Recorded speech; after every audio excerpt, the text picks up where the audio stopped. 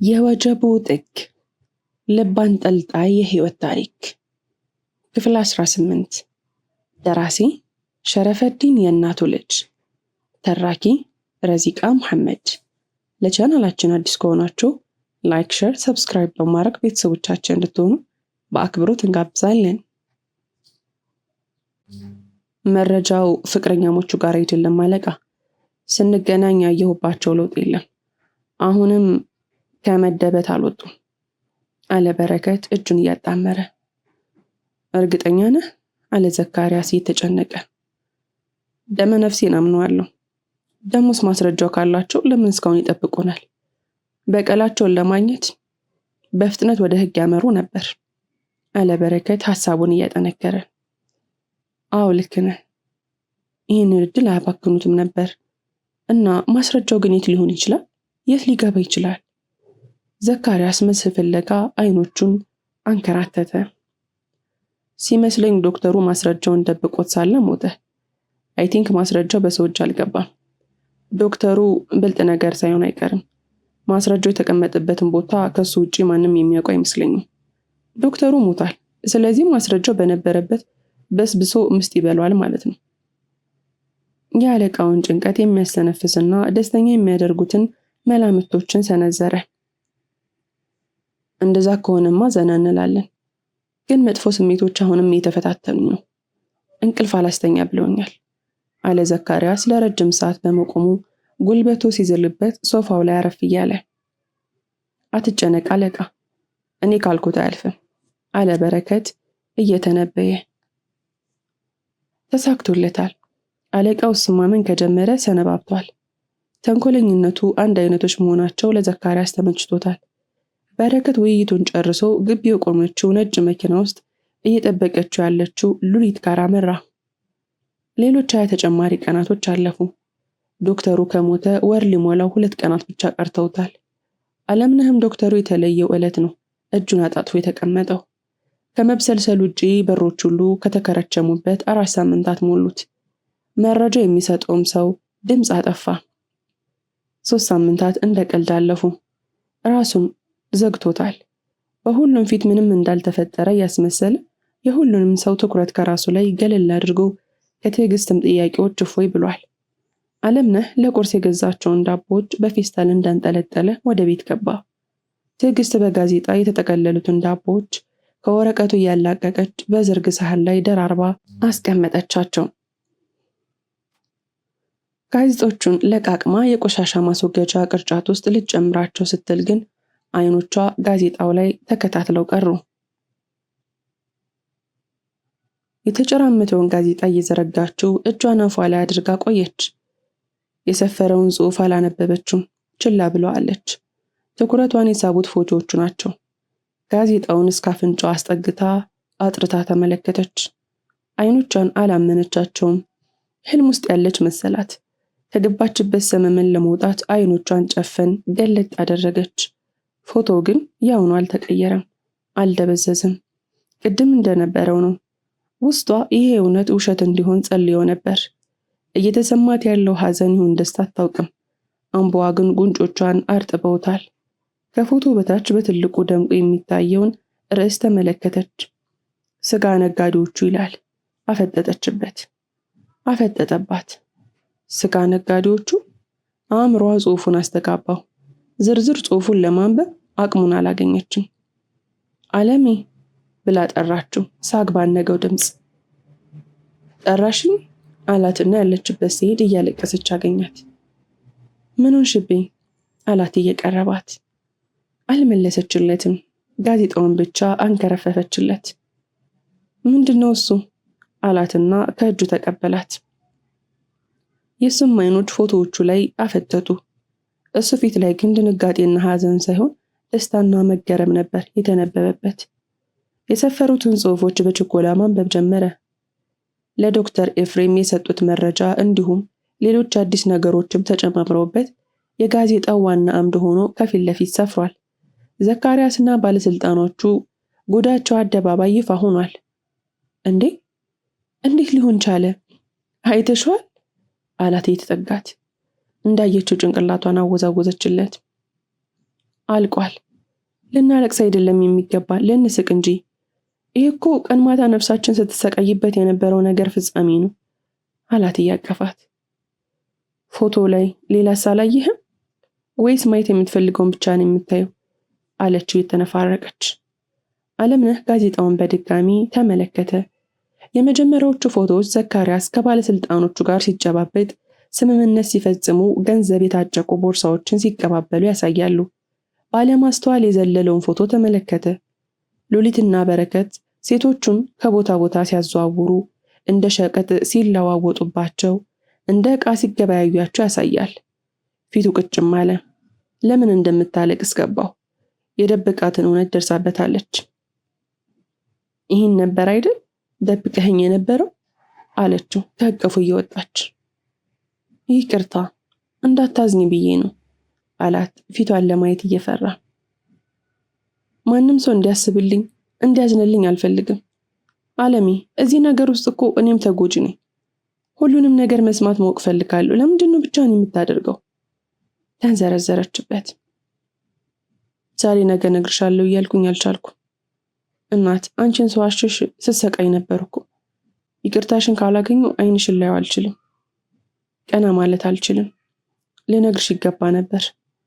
ይህን የማወቅ መብቱ ነበረሽ። ይቅርታሽን አትንፈጊኝ አላት ቀኝ እጇን እየያዛት። ተመልሳ ደረቱ ላይ ልጥፋለች። አንተን የምቀየምበት አቅም የለኝም እኮ። አንተ ይቅርታ ጠይቀኸኝ እንዴት እምቢ ልል እችላለሁ? አንተ እኮ ለእኔ ብዙ ነገር ሆነልኛል። ብዙ ነገር ይምነ። ያንተን ተማጽኖ እንዴት እችላለሁ? አትሽቆጥቆጥ የኔ ዓለም። እኔን ለመጠበቅ እንዳደረግኩ አውቃለሁ። ስሜታዊ ሆኜ ስለጮህኩብህ ይቅርታ አለችው ጥብቅ አድርጋ እያቀፈችው። እንዳለው አደረገው ማለት ነው አለ አለምነህ ሳይታወቀው ድምፅ አውጥቶ። ማን? ምንድን ያደረገው? አለችው ትዕግስት ከቅፉ እየወጣች። አላውቅም እናት፣ መሄድ አለብኝ አላት የተጣደፈ። የት ነው የምትሄደው? እኔም እመጣለሁ አለችው ከላይ እየደረበች። አይ አትመጭም እናት፣ እባክሽ እዚህ ሁኚ። እመጣለሁ አልኩኝ እመጣለሁ። አሁን እንኳን አትከልክለኝ። ያገኘችውን ሲሊፐር ሰካችው። ሊከለክላት አልቻለም። እሱ እየመራት እሷ እየተከተለች ወደዛች ተአምረኛ የህዝብ ስልክ አመሩ። እንደተለመደው ስልኩ በአስፈላጊው ጊዜ ጮኸ። እየተፈጠረ ያለው ነገር ግራ ሆኖባታል። አለምነህ ስልኩን አንስቶ እያወራ ነው። እንዴት እኛ ጋር የነበረው መረጃ ሊኖረው ቻለ? ማነህ አንተ? ሁሉንም ነገር እንዴት ነው ያወቅከው? አለምነህ ይጠይቃል። ዛሬ ደግሞ ከሰው ጋር ነው የመጣኸው። ከወዲያኛው የስልክ ጫፍ የተሰማው ነው። አለምነህ ደንግጦ አይኖቹን እየላከ በየቦታው አማተረ። አትደናገጥ፣ ይልቅ ስለኔ መፈልፈሉን አቁመህ የምልህን ስማኝ። እንደማስበው ጋዜጣ ላይ የሰፈረውን አንብበህ ነው የመጣኸው። ጉዳቸውን ህዝብ አይቶታል። ቆሻሻ ስራዎቻቸው ይፋ ሆኗል። ሁሉም ማስረጃዎች በህግ እጅ ገብተዋል። መፈናፈኛ የላቸውም። በዚች ደቂቃ ብዛት ያላቸው ወንጀለኛ ባለስልጣናት ከየቦታው እየታደኑ እየተለቀሙ ነው። ዘካርያስ የሚኖርበት መኖሪያ ቤትና የሥራ ቦታዎቹ በፌዴራል ፖሊስ ተከበዋል። ቢላ በውስጥ ለውስጥ መሿለኪያ፣ በዋሻው መውጫም በዋና በርም ከበባ ተደርጎበታል። በርካታ ሴቶችን የሚያስተዳድርበት ቦታም እንዲሁ ተከቧል። አሁን ሁሉም ነገር ማውቂያው ነው። ከሰዓታት በኋላ ራሳቸውን የሚጸየፉት ቦታ ያገኙታል አለው። ማን እንደሆን ካላውቅም ግን ጥሩም ጎበዝም ሰው ነህ። እንቅልፍ የነሳንን እንቆቅልሽ ፈትኸዋል። እኔም ፍቅሬም እናመሰግንሃለን አለ አለምነህ ፌሽታ እየተሰሙ። ይሄ የሆነው በእናንተ ልፋት ነው አለ ሰውየው። ወዲያውኑ ስልኩ ተዘጋ። ማን ነው አለችው ትዕግስት ቅንድቧን ከፍ ዝቅ እያደረገች። እነዚያን የምትጸየፊያቸውን ሰዎች ልትስቂባቸው አትፈልጊም አላት ፈገግ ብሎ እጁን እየዘረጋላት። በፈገግታ መልሳለት እጇን ሰጠችው። እጆቻቸው ተያያዙ፣ ጣቶቻቸውም ተቆላለፉ፣ እርስ በርስ ተሳሰሩ። ዘካርያስና በረከት ያሉበት ቪላ የጦር አውድማ ሆኗል። ሰፈሮቹ በተኩስ እየተናወጡ ነው። የተኩሱ ድምፅ ከየአቅጣጫው ይሰማል። ጥይት እየዘነበ ነው። አካባቢው በጥይት አረን ሽታ ተቅነግንጓል። እዚህ የወዳደቁ ሰዎች ይታያሉ። ተከፋይ ቅጥረኞቹ አለቃቸውን ለማትረፍ እሳት ውስጥ ይማገዳሉ። ዘካርያስ በብረት ካቴና እጁ ላይ ላለማንጠልጠል ያለውን አቅም ሁሉ እየተጠቀመ ነው። ከዚህ ከወጣው ገንዘብ መከዳችሁ ይሆናል የተባሉ ጠባቂዎቹ ጥይት እየዘገነ ሲሰጣቸው እየተቀበሉት ነው። መሳሪያ ሲያስታጥቃቸው ሁለት አያስቡም። ቃል የተጋባላቸው ምቾት ብለው ያላቸውን አንድ ህይወት እየገበሩ ነው። ደማቸውን ለገዣቸው እያሳለፉለት ነው። ሁለቱ እርግቦች የፌዴራል ፖሊስ ኮሚሽን ጽሕፈት ቤት ዋና ማዘዣው ደርሰዋል። አካባቢው ትርምስ ተፈጥሮበታል። ወንጀለኞቹ ባለስልጣናት እጃቸውን በካቴና ተጠፍንገው ከየቦታው እየተጓዙ ወደሚገባቸው ቦታ እየታጎሩ ነው። ጋዜጠኞች በየቦታው እንደ ንብ መንጋ ግር እያሉ ይጠይቃሉ።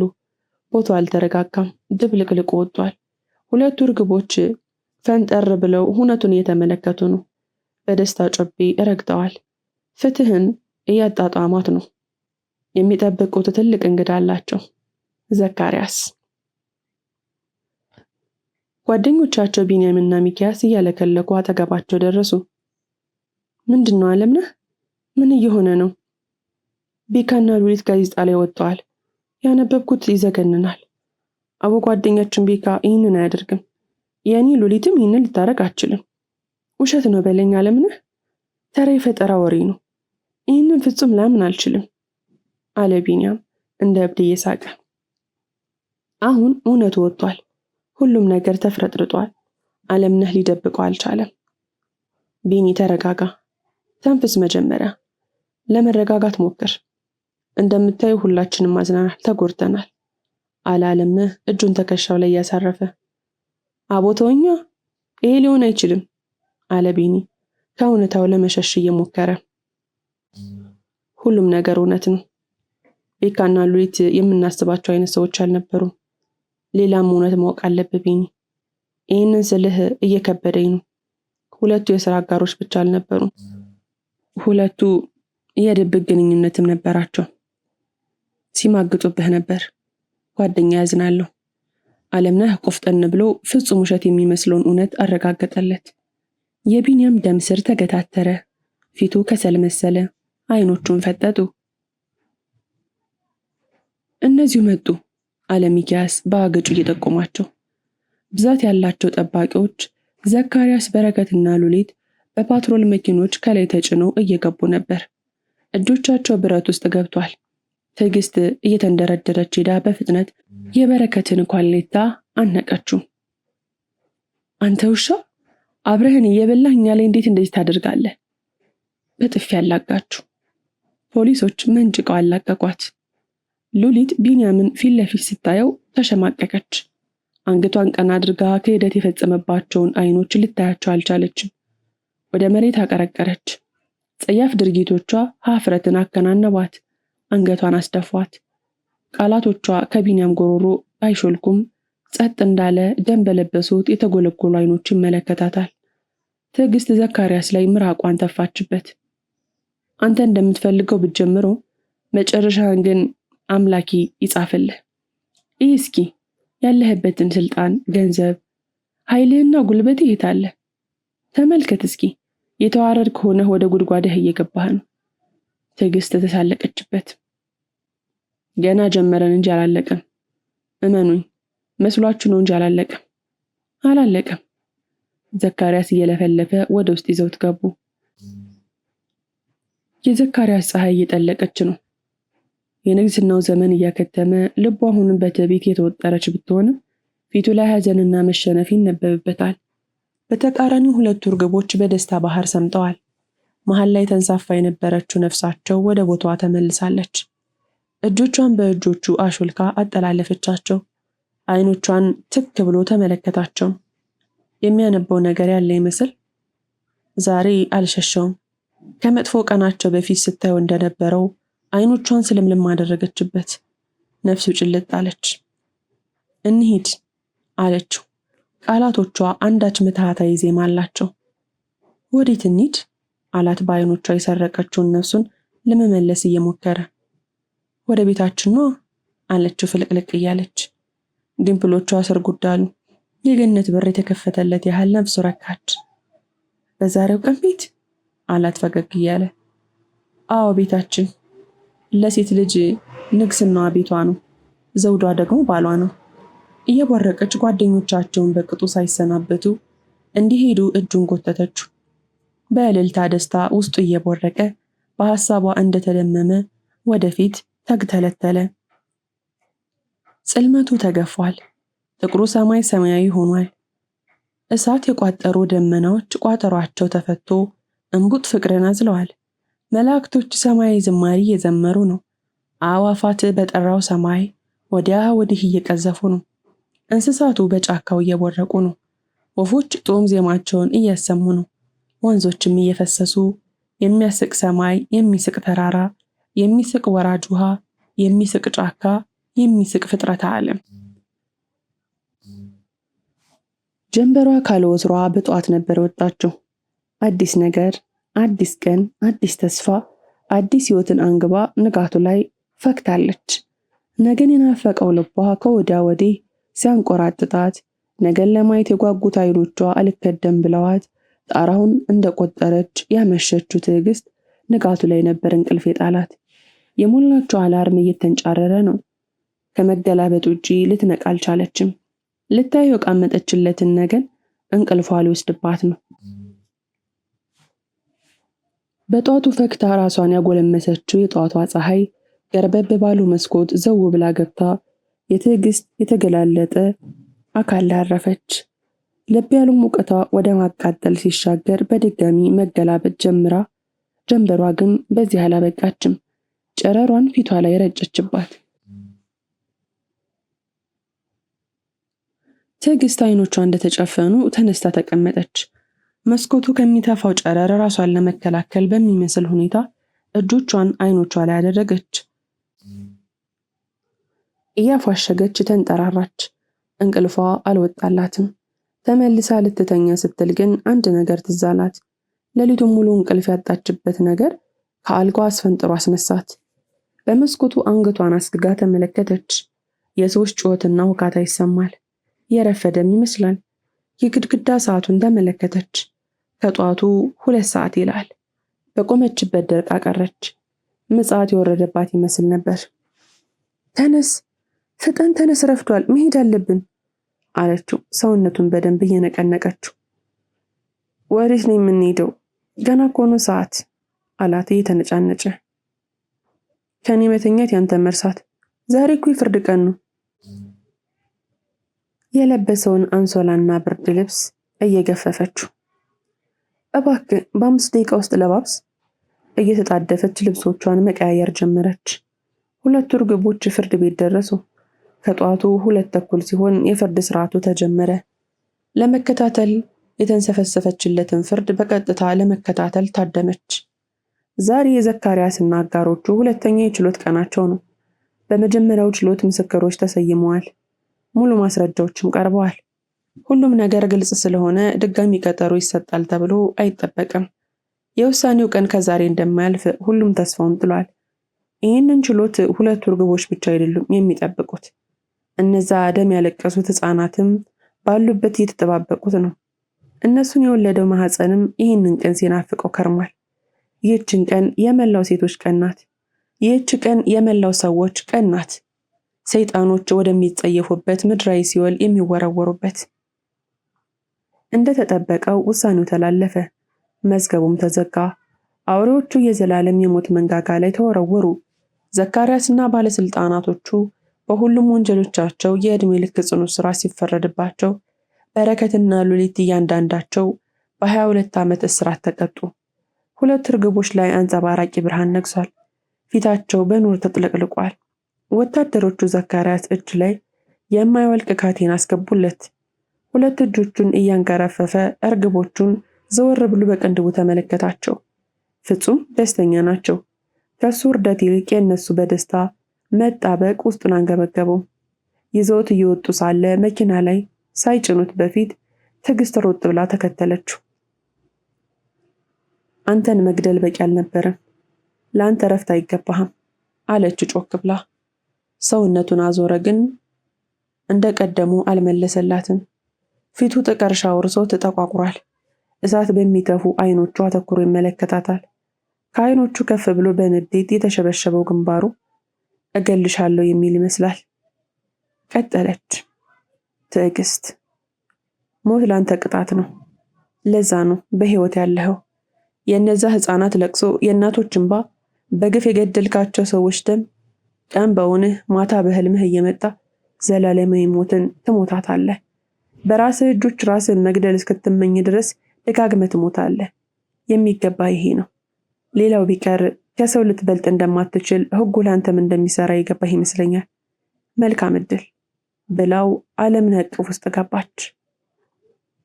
ክፍል 19 ይቀጥላል። ታሪኩን ከወደዳችሁት ላይክ፣ ሼር፣ ሰብስክራይብ ማድረጋችሁን እንዳትረሱ። ስለምትከታተሉንና ከኛ ጋር ስለሆናችሁ እናመሰግናለን።